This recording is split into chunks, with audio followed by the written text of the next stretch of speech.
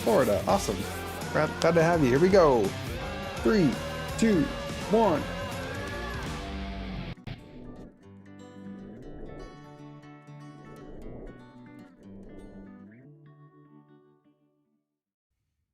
Hey, good afternoon, everyone. Welcome to Perspective Shift with me, your host, Colby Martin. I don't know why I call myself a host, but I do. I guess I'm hosting this space. That works. That checks out. Perspective Shift is the name of my weekly newsletter / article that I write at my Substack page. If you're not familiar with the platform Substack, it is kind of like blogging / MailChimp. I don't know. I'm not sure how else to define it, but you can pretty easily just go to that URL that you see scrolling across the bottom, colbymartin.substack.com, and it'll say, hey, do you want to put in your email address and get Colby's newsletter delivered to you for free? And then you do that. You put that your email address in there. And you like how I'm describing to you how to sign up for a newsletter? I think we all know this by now. And most of you watching probably have already done that, which means I'm really grateful for you. If you are watching this on Facebook and you haven't yet had a chance to do so, I do invite you to go ahead and like my page on Facebook. That helps me know that you're out there and you're watching. And I think Facebook then says, hey, by the way, do you want to know that Colby's going live? And then also, if you're on the YouTubes, you can subscribe to my channel. And you know what? I think there's a subscribe button, and then there's like an alert button. So I think you can hit the alert button on YouTube, which is the thing that then is like, ding, the people that you get alerts from. Like, I don't know if you really want more alerts in your life, though, honestly. Just mostly subscribe, I guess, if you want. Again, it's your life. This is now the port of my show, where before I jump into today's topic, I say this. Thank you. Thank you for being with me here. And if you want to come back tonight, quick plug for the Kate and Colby show, which is a live show / podcast that my wife and I do on Wednesdays at 7 p.m. Pacific.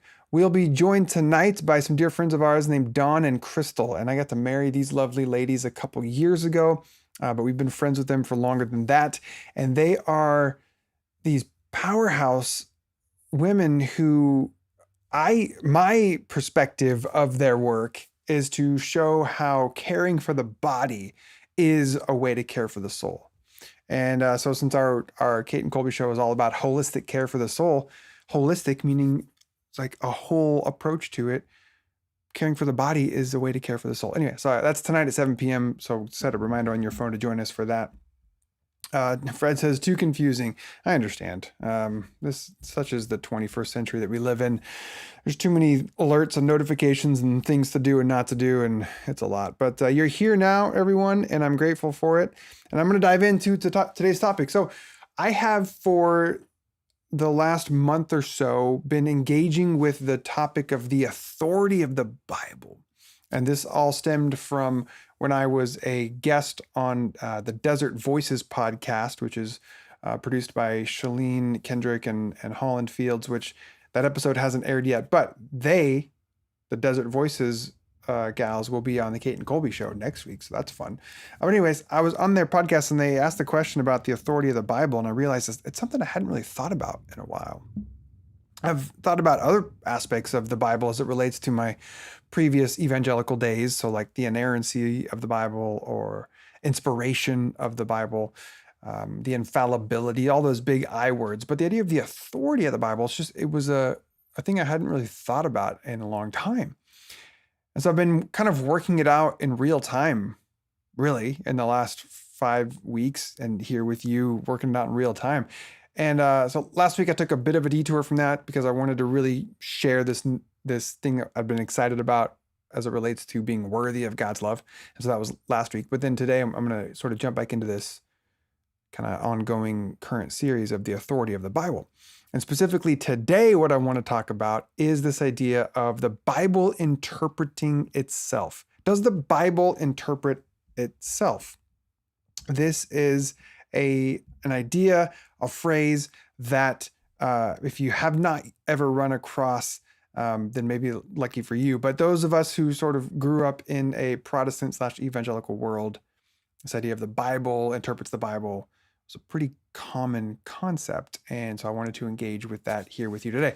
As always, you're welcome to put any comments or questions in whether you're watching on YouTube or Facebook, because I see them all, and I do pause periodically throughout the show to see if anybody has any thoughts that they want to share or questions that they want to ask, and try to engage with you on that, because that is, for me, a big part of why I do this show, is to engage with you. Yes, it does live on my YouTube channel and Facebook page for people to go back and check out later. But in many ways, I enjoy hanging out with you live. It's a little bit of human connection that right now in this pandemic world is hard to come by. So that's it. Let's jump into it then. Here we go. We are going to go to this little view here with the iMac. I don't know why I chose an iMac as the screen. For a while, I think I used an iPad as an outline, but I think this looks a little cleaner. And by the way, there's the link again. If you want to go to that URL, you can read these articles, but a lot of this live show stuff is for those who maybe don't have the time or the patience or the capacity, and for whatever reason, to read. And so we're going to talk about it here live. Here we go. So this actually, not only is it a continuation of my series on the Bible, but it is in response to one of my readers who emailed and asked the question. And so, by the way, I read just about every message that comes through, whether it's through Instagram or Facebook or YouTube comments or emails. I read them all, because I'm not overloaded, I'm not inundated, but there is enough to where I don't always get a chance to respond. I don't always have the time or capacity to reply, but I do read them all. And sometimes, instead of responding directly to one-on-one person with the question, I'll be like, you know what, I'm going to take that and sort of share it with the larger group, but never using the person's name if they don't want to, for obvious reasons. Okay, so this question had to do with the aforementioned concept of the Bible interpreting itself. So here we go. Let's jump into it. And you can see there on the article that went out today, I do there's some links there if you need to catch up to the previous parts in the series, such as what is the authority of the Bible and why does it matter? What does it mean to be under the authority of something? Part 3, I talk about 4 kinds of authority. And then the most recent part is about how, look, if something is going to want to have authority over us, if we are going to voluntarily submit to the authority of something, then that source has to be good. It has to be worthy of our submission, which is what part 4 is about. But here we are, part 5. What is this? Does the Bible interpret itself? I like to mock myself, by the way. I've been doing a lot of video editing of some things that I'm getting ready to announce to the world. And it's videos of myself, and so I'm editing myself, and I like to mock myself a lot. It's therapeutic. Anyway, so this is part of me mocking myself, because it's a bit absurd. Like, honestly, why is my face in the world? I don't know. Maybe I'm the only one that thinks of these things. Okay, let's jump in. This is enough ado. We've done a bunch of adoing. Let's do this. All right. Let's talk about this. A reader recently sent me a question about an idea that he had heard from one of his friends. It said, well, the Bible interprets the Bible. And so the reader wanted to know my thoughts on that. Now, this idea of the Bible interpreting the Bible, as I understand it, / as I recall it, because it has been some years since I've really, sat with a lot of these concepts. It's been about, has it been 10 years? Maybe 8. It's been about 8 years since I kind of realized, I guess I'm not an evangelical anymore, not in any way that the evangelicals would accept me. So I haven't thought about a lot of these concepts, but as I understand / recall it, the idea of the Bible interpreting itself is one of the guiding principles of sola scriptura. And this is a word or an idea that we've addressed here in the series as well, which is the idea that the Bible alone is to be our sole authority for faith and life. Since sola scripturists, I don't know if that's an actual term, but I needed it for this article, so I created it. Or maybe it is a real term. Since sola scripturists believe the Bible is without error, and since they prize a literal interpretation as the best, if not only, approach, then they've subsequently sort of worked out this idea that the Bible interprets itself. The suggestion being that we can use the clear parts of the Bible to help us understand the cloudy parts. We can use verses that are explicit in their teaching and instruction to give necessary guidance and illumination on understanding the more implicit parts. Does that make sense? So if you come to a passage that is sort of hard to understand and this is, I remember this dearly from my youth group days and early church working days, and definitely from my Bible college or seminary days, like use the clear parts of the Bible to help you understand the less clear parts. And I say this, on one level, I affirm this idea. Like, yeah, it is a good approach. It's a good principle. I think the Bible says a lot of different things, and sometimes those things are not super clear. And sometimes our understanding of the murky parts can indeed be aided by the apparent clarity of other parts. Yeah, 100%. In fact, the idea of the Bible interpreting the Bible is part of my own argument in my Unclobber work, why Genesis 19, which is the story of the destruction of Sodom and Gomorrah, is not, after all, contrary to what the church has taught for far too long, is not a story about God's judgment against homosexuality. We have clear and explicit statements, for instance, in Ezekiel and Isaiah and later on in Matthew, out of the lips of Jesus himself, about why Sodom and Gomorrah was destroyed. So then if a person reads Genesis 19 and is like, man, all the men in the city wanted to have sex with two guys. And then they ask, well, I wonder then, is that why God destroyed the city? They don't have to live in that wondering. They can actually turn to more clear and explicit portions of later biblical writers and confirm that no, that is not why these ancient cities found ruin. Like, that's pretty neat, right? So on one hand, I affirm this idea that there are clear parts in the Bible that can help us understand the less clear parts. Great. Also, I'll add to that, another sort of example is consider just how much of the Old Testament, and I see some of your comments and questions. I'll tune here. I'm about to the end of this section, and I'll tune into you there. So leave any comments or questions as we go. Consider how much of the Old Testament now, some of you aren't going to like this, and that's okay. Consider how much of the Old Testament chronicles Israel's experiments, for lack of a better word. This is one of the ways that I think about it. Israel's experiments with sacrificial systems and rituals. And if you've done this offense, then offer that sacrifice. If you need to atone for this thing, then here's the prescription. Like there was this experimentation with the rituals of sacrifice. Consider how much of the Old Testament was about that, and then consider how Jesus quoted the prophet Hosea, who said, actually, guys, I think God desires mercy, not sacrifice. So this was Hosea, way back, one of Israel's prophets, sort of standing outside / alongside the priestly sacrificial system. And Hosea's like, what if God desires mercy and not sacrifice? What if this sacrificial thing what if we're kind of getting it wrong here a little bit? And then, a couple hundred years later, Jesus comes along in the same tradition and says, go and learn what this means.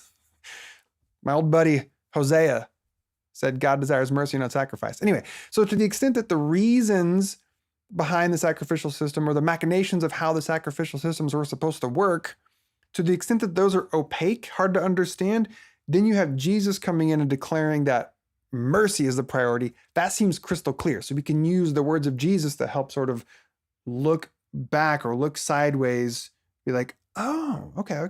I can see how that maybe didn't really make a whole lot of sense. And then Jesus, boom, clarifies it. And by the way, this particular move of using Jesus's teachings as an interpretive lens for all the other parts of the Bible, I think this might be the screenshot that I use for this on YouTube. The interpretive lens for all the parts of the Bible, this is a move that I'm totally down with. I 100% support this interpretive move where you can just use Jesus as this lens to understand almost the entire Bible. Now, so again, I'm not outright opposed to the idea that the Bible can be a self-interpreting text, okay? Although I might say it more like this, which is that some parts of the Bible can help illuminate other parts. That might be my little twist on it. Yeah, I'm totally down with that, especially if the some parts that we're using are Jesus-shaped ones. Okay, I'll pause there. I'll check in with you, see what we've got so far. Oh, hi, James Leanhard. I always love seeing you on this interwebs thing. It's good to have you. Hello, Stephen McDermott. I am doing well today. Thank you for asking.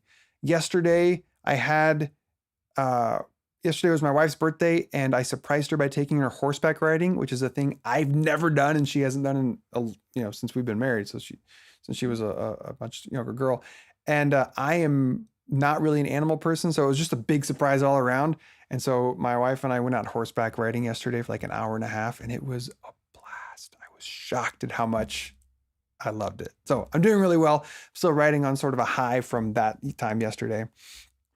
Hello, Tanashi. Happy Wednesday. Well, Thursday for you. Wow. Where are you? I'm so glad you're finally here too. Must be a strange time of the day, I would imagine, if it's Thursday where you're at. Phil says, yes, I was raised in a church that promoted this idea frequently. Yeah, Phil, I bet, because I think you and mine's background are pretty similar. So yes. What do we got here? A question from Stephen. Just wondering if you believe that before Adam and Eve, there were people. Yeah, so I've talked about this and I've written about this before, that for me, the story of Adam and Eve is not and was not written with the intent of trying to describe how the world actually came to be. So this idea of a hyper-literal interpretation of Genesis is a relatively late adaptation in church's history. Whereas for most of Christian church history, like this was seen as a myth, a Jewish myth. Now when I say myth, don't think I'm saying fairy tale. Myth, which is to say a story, a narrative that may or may not be based in the events that actually happened, but that is designed to reveal, to unearth, to expose deep sacred truths about life. And so I don't think Adam and Eve were literal historical people. I don't think that was the point of the story. So it's not like it's anything, it's not like it's that big of a deal to say that. It'd be a big deal if the author of Genesis really did think that's what they were writing, but that is not what they thought they were writing. That's not the point of these early Genesis stories. So yes, to answer your question then, I believe there was lots of people before Adam and Eve. Just one way to say it.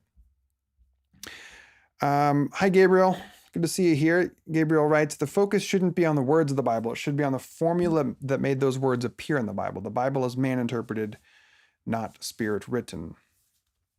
Thanks for sharing. I think I'm tracking with you. Yes, that maybe when we get hyper focused on the words of the Bible, that maybe we're missing some of the spirit of it. I think that makes a lot of sense. And then you go on to explain, you can have the correct formula to a math problem, but if you interpret the math problem wrongly and put a negative sign where it doesn't belong, then the math problem with formula is solved wrong. Whew, bringing in some math. I love it, Gabriel. Thank you. I'm going to bring in cooking here in a minute. So we're just going all over the place. Fred Arroyo, LOL, progressive Christianity. Let's use the Bible to discredit the Bible parts we don't like. Not sure I totally track with you there, but let's use the Bible to discredit the Bible parts we don't like. Yeah, sometimes that happens. Jesus did it. Some of the New Testament authors did it. So I think I'm tracking with you, Fred. Yes, sometimes that is the right move to make. Phil likes my finger binoculars. Thank you, Phil. Just after midnight from Zimbabwe, Tanashi. I don't know if I'm saying your name right. Forgive me. Yeah, Andrew. What's up, man? I was hoping you'd be here today since we're getting back to the Authority of the Bible series. I'm glad you also find horse. I didn't know it was so awesome. I was also happy for my experience. Yeah, it was super great.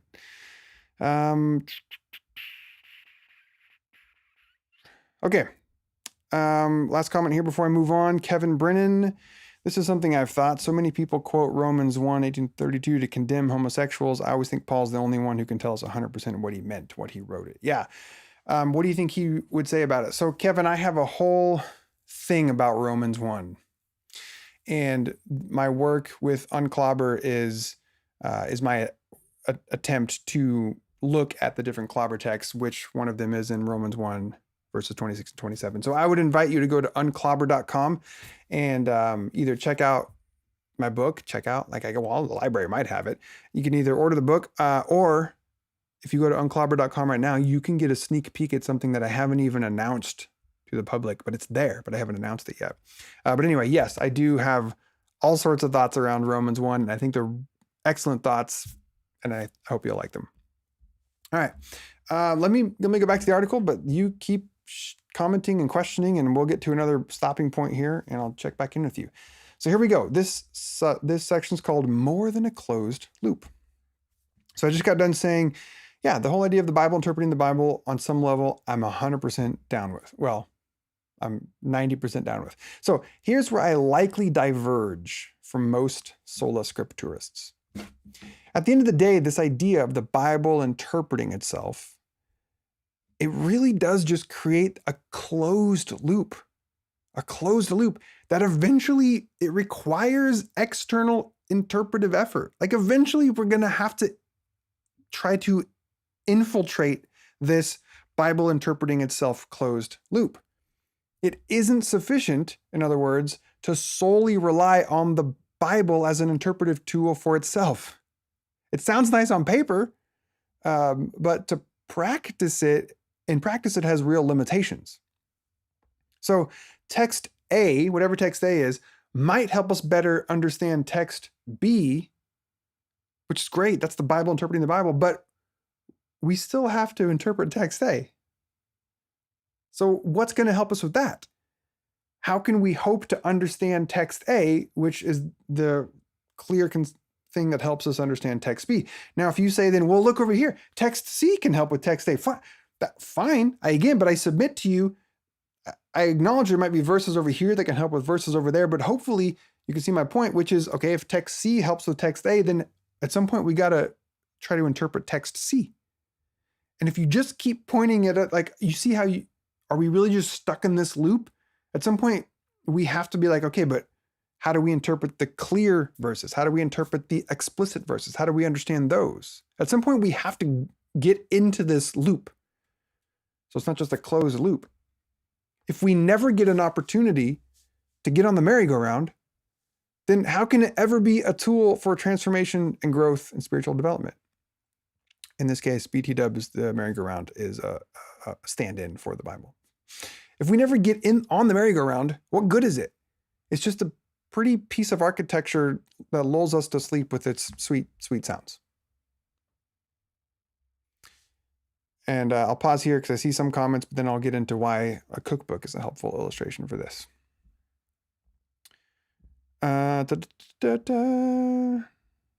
Thanks. Hi, Mandy. Good afternoon. Thanks for the love on the book Unclobber. I don't know if it's the best book ever, but it's a good one. Peter, why is homosexuality such a huge subject? Like for me personally, or you mean like in the church writ large? I guess those are related, because for me personally, it is such a huge subject because it has become such a huge subject in church. And I think one of the reasons why it's such a big subject in church is because Christians have always, and I use that a little bit, hyperbolically, but God, even go back to St. Augustine and Apostle Paul, like there has always been this thread within Christianity of a real over-focus on sex and sexuality, which has then led to this reverse, like suppression, repression, fear of it. And so we have so much sexual repression and sexual shame in the Christian church. It's a fascinating subject to study. And so then culture, I think, has come to find homosexuality in the topic of same-sex relationships to be this activating, this fire spark of ways that we can then project a lot of what it is. Peter, my experience is that it is sort of straight patriarchal culture projecting its insecurity and fear. Like I have so much insecurity around sex and sexuality, and I'm out of touch with myself. And then my only way to, and this is just a human phenomenon in general, sex aside, is we manage our own internal insecurities by trying to control, enforce, and project it onto others. So I think a lot of the focus on homosexuality within the Christian religion is this internalized insecurity of sexual shame. And so unfortunately, the LGBTQ community has become the scapegoat for our sexual repression and shame.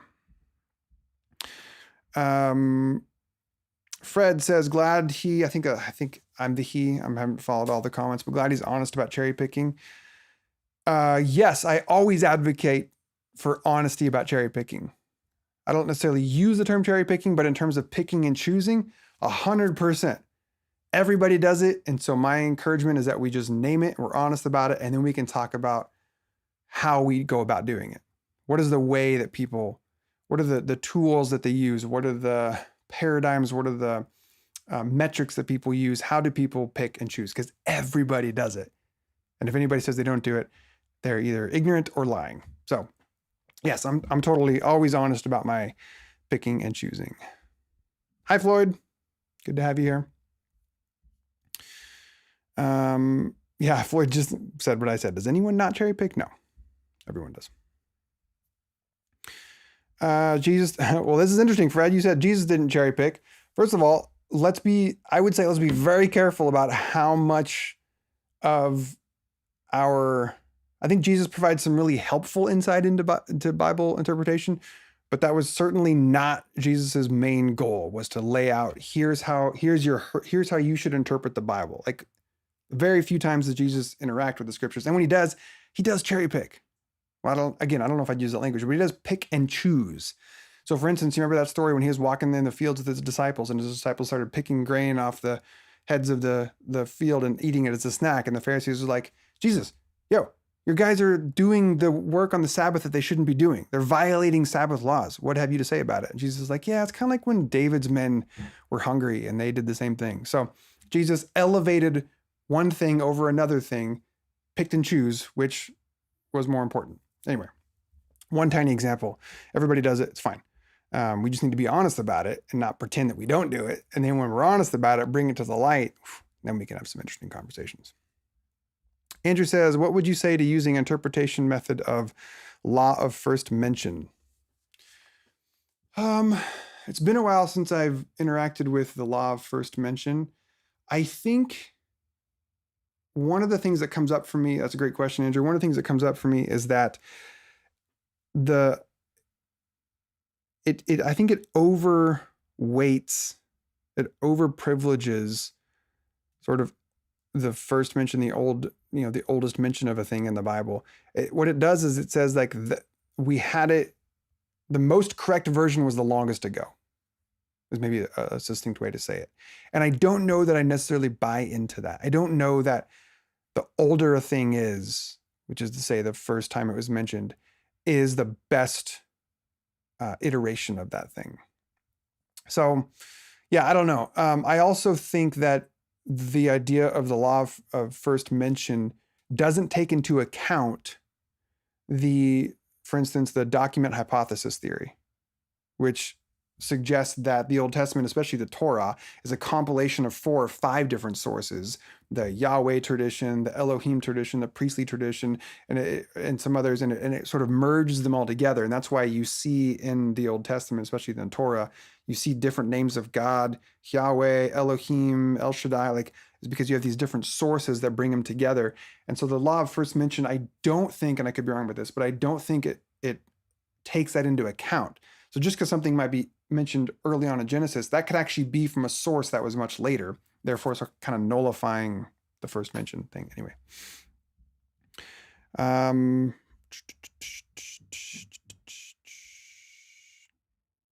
Yep, I think Phil's right. Christians do make the subject of homosexuality much bigger than Jesus did.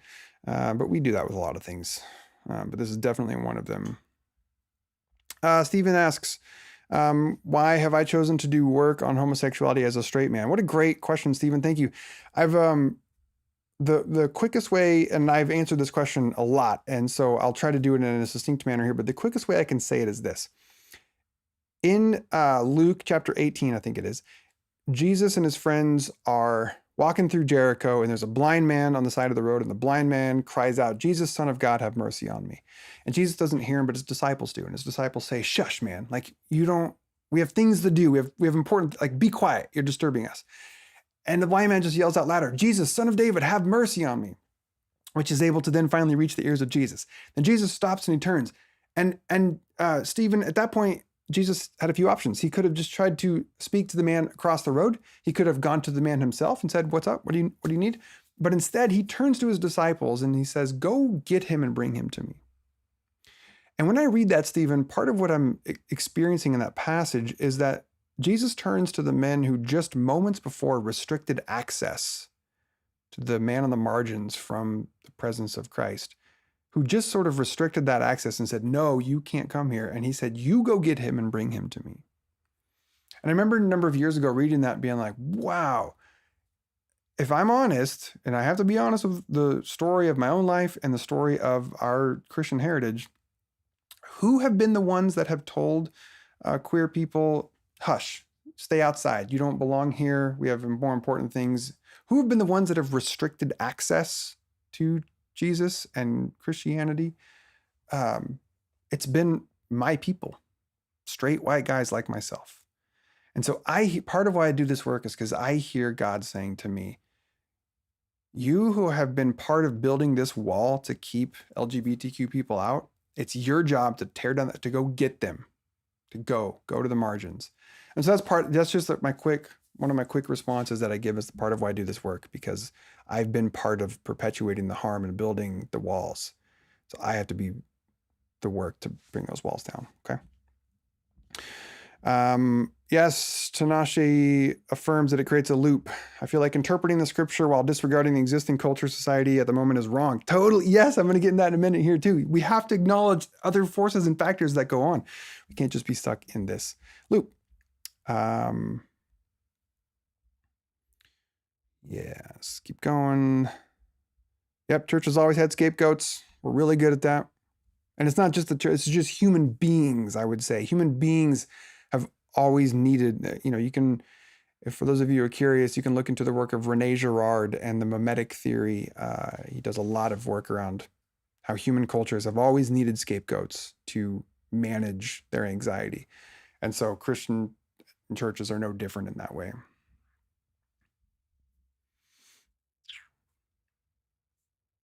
All right. Fred, I just want to say you are welcome here, and please play well and kind and respectful. Colton says, I pick, but I never choose. Clever. All right.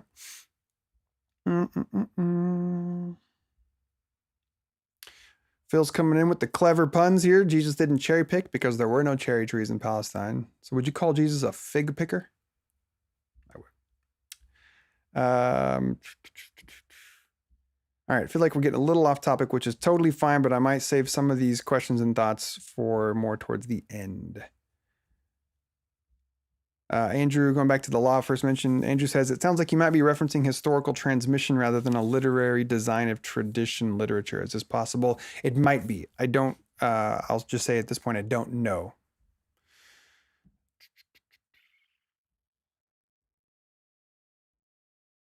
Oh man, there's a lot of comments here. I'm going to get, which is amazing. And I'm realizing that at some point I want to continue engaging with the content. But I do want to just acknowledge that Mandy liked my fig picker joke. Thank you, Mandy. All right, a cookbook. Here, I was thinking about this earlier. It's kind of like a cookbook as the rain around me in my garage here starts to pick up. It's kind of like a cookbook. So I was reading a cookbook the other day because, sometimes you just got to diversify your reading. I was reading a cookbook and it was from the Great British Bake Off, which is one of our family's favorite shows. And the recipes in the book are fun because they're pulled right from some of the challenges on the show. But the show, as the name implies, is a British show. And so at the end of the book, the cookbook, there's like a translation guide for us Americans. For example, if a recipe calls for coriander, then you can look in the back and know, oh, here in America, what they call coriander, we call cilantro. Okay. Yeah, it's delicious, by the way. Love cilantro. I'm one of the people that loves cilantro, not one of you genetically mutated people that don't. But you're welcome here. It all belongs. Or one of the cake calls to make buttercream icing. I don't know how to make buttercream icing. Oh, I can go to page 392. Here's how you make buttercream icing. But even in that, it says you need 100 grams of sugar. And I don't know what grams are. I mean, I do, but it's not our metric. That's not our measuring system. So then I have to go to the guide to be like, how many cups is 100 grams? You get the gist, right? So this cookbook, you could say, is a self-referential library of information. And when it's cross-referenced with itself, it can interpret itself. You can use this part of the cookbook to help illuminate that part. The explicit part helps to interpret the implicit part, and so on. However, guess what?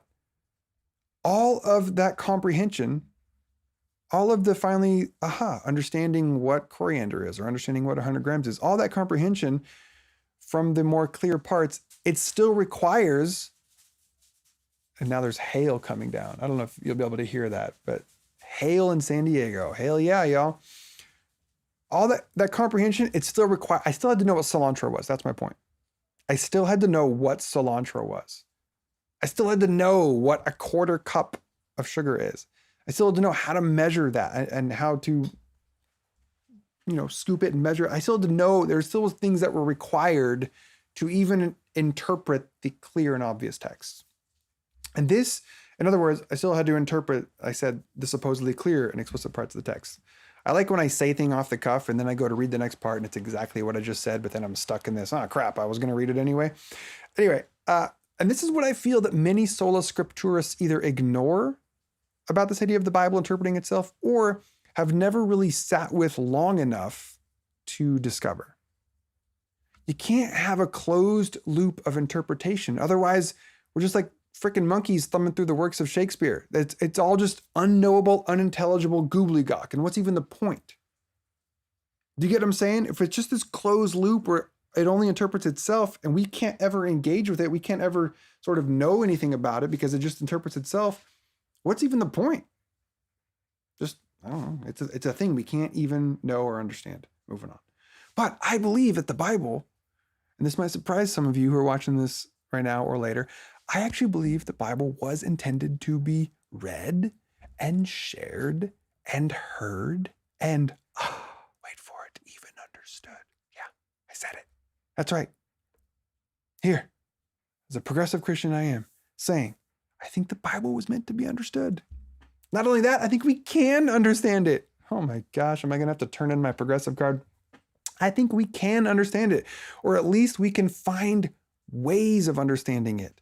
And some ways are a hell of a lot better than others. See the earlier mention around Sodom and Gomorrah.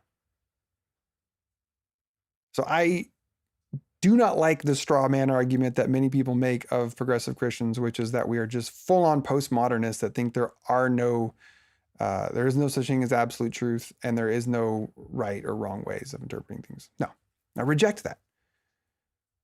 If you imagine a spectrum of good, better, best ways of understanding a text, you can get better. You can get closer to maybe understanding the heart of a thing. Anyway, so, and then in my article, I linked to that one video conversation from the Anchored North group where I sat down with a non-affirming theologian and we tried to share our different views on LGBTQ inclusion in the church. So at one point I tried to ask that guy, his name was Owen, like, but how do you know that your interpretation, how can you know which interpretation of the Bible is the right one? How can we know? I was trying to eventually get to my point, which was, I think we need to evaluate Bible based on the fruit that it creates. And if it leads to really crappy fruit, then it's probably a really crappy interpretation. If it leads to harming people and causing suffering, then maybe we're interpreting it wrong. Anyway, but his response was, oh, I'm so glad you asked that question. The answer is, it's the Bible itself. It's the Bible. So let me get this straight. Your answer to how can we know we've got the right interpretation of the Bible is because of the Bible? And this is just this freaking closed loop that it's illogical once you get outside of it. You're like, really doesn't make any sense. And I say here, this is just one of the many reasons why I ultimately abandoned my evangelical heritage, because it just, for my 2 cents, it lacks a sort of intellectual curiosity. and intellectual honesty and integrity.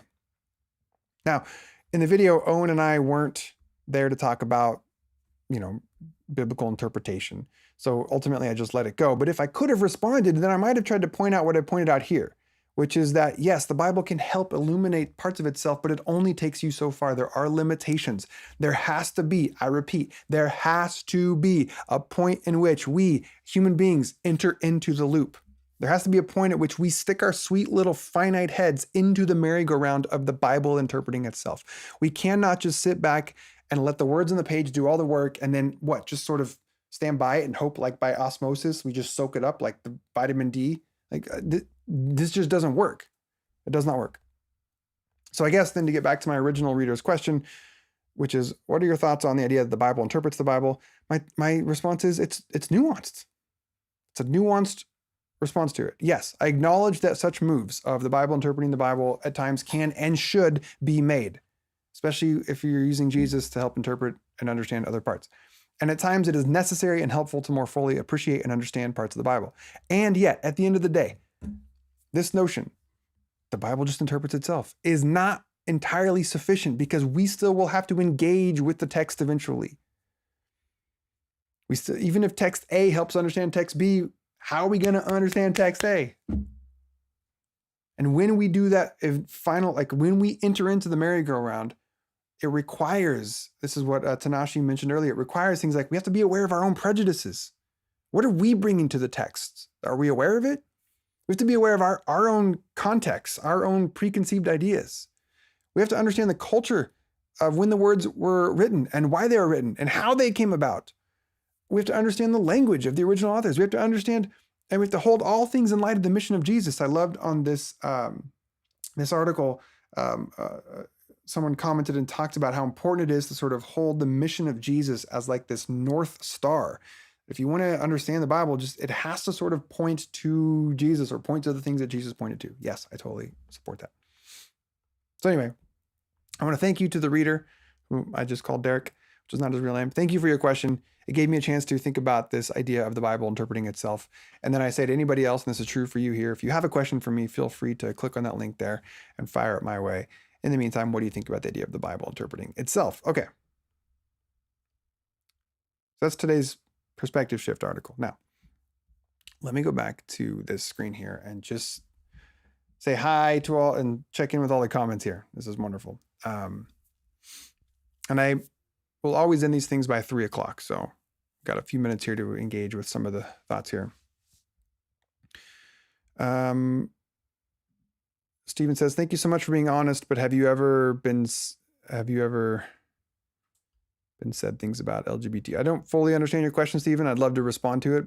If you can help me understand what you're asking there, that'd be helpful. Phil Spencer, you cracked me up.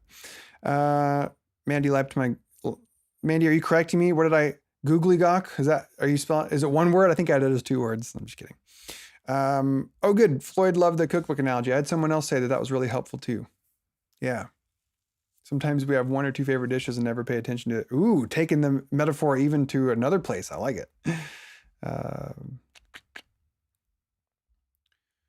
What else we got here? Andrew. And if you've never joined me before, generally I'll just throw a comment on the screen and then read it in real time. So sometimes it's not always the best comment or question, but we're live here, people. And if it's live, then everything's jive. Andrew says, it sounds like needing to know terms like cilantro, grams, or sugar is a type of culinary literacy in a similar way that words like grace, holy, or Messiah are part of a biblical literacy. Yeah, I think you're spot on. So the idea of using clear parts to help interpret murky parts is fine, but that does make some assumptions that you have a grasp on the clear parts. So, for instance, to read, let's just think about 1 John 4, where John writes that God is love. Okay, that's a very nice sentiment. God is love. And love is kind of a big word. Now, the Greek is helped out because the Greek has 3 different words for love: agape, phileo, and eros.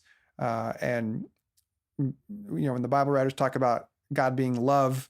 It's not eros, like the romantic sexual love. It's not what was the other one I said? Phil, what you're named after. Phileo, I think, brotherly love. It's an agape love. It's this unconditional love. But even that, it's like, okay, but what do we mean by that? Because our culture today uses love. Like, I love California burritos and I love my wife. Hopefully those are two, like, a little bit different sorts of love. Anyway, so you can be like, God is love, a little bit opaque. 1 Corinthians 13, Paul unpacks love. Love is patient. Love is kind. It doesn't envy. It doesn't boast. It is slow to anger. And what I like to do then is take that God is love and just be like, okay, if God is love and love is this, then now we can be like, God is patient. God is kind. God is slow to anger. God keeps no record of wrongs. And so, Andrew, part of what I hear you pointing out is like, even when we come to some of these words like grace and mercy and love, it does require that we have some grasp on what those words mean. And we can't just then go to the Bible and be like, well, what does grace mean? Well, let's go to the Bible to find, well, that can help in some ways, and we're going to find limitations as well in other parts. So yes, we do have to have some, especially as it relates to like the cultural context and the historical context of some of these things. We have to know that. We have to know that. Okay, moving on. Bitter fruit, bitter root. Come on, Colton, bring it. Colton's here to preach. If the fruit is bitter, the root is bitter. Starkovich asks me, did I have accusations made against my sexuality because of my work? Sure. Yeah, I've had many people that have asked with genuine curiosity. I've had a few people ask that. Most people are just like, oh, it's because you're closeted gay. And first of all, like, so what if I am? Like, I would have no shame if I was gay or bisexual. Like, I'm not hiding anything. And as long as I can remember or tell, I've always identified and been straight identifying. So how I handle it is I just say, I've always identified as straight. I don't know what Kinsey's scale necessarily. I forget what 1 is and what 7 is. I'm not all the way on the end of the spectrum, but I am primarily, if not solely, attracted to women. But anyway, it makes sense that people make that accusation, because again, if we go back to the idea of scapegoating, people are sort of managing their own insecurity, and they see someone like me coming out the gate swinging against the misuse of the Bible, and the only thing that makes sense to them is, well, you must be just trying to justify your own life. Well, actually, in this case, I'm not.